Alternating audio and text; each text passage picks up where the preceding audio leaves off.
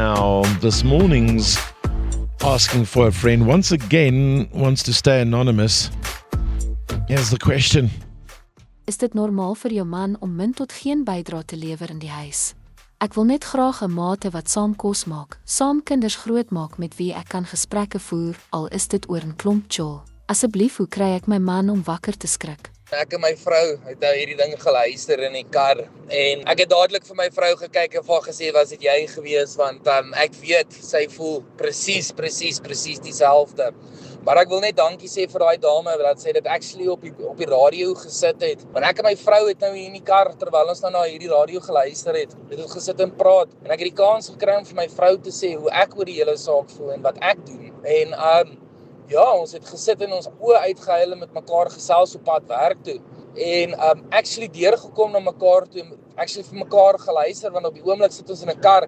Jy kan nie net disassociate en wegskuif en wegloop en al daai dinge nie. So ek moet actually sê is vir daai dame wat dit ingestuur het, baie dankie.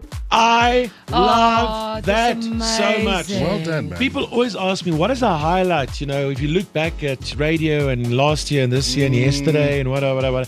You know, that right there for me is the highlight. Breakfast with Martin Bester. Featuring Felicity Rican and Ola Nchinga.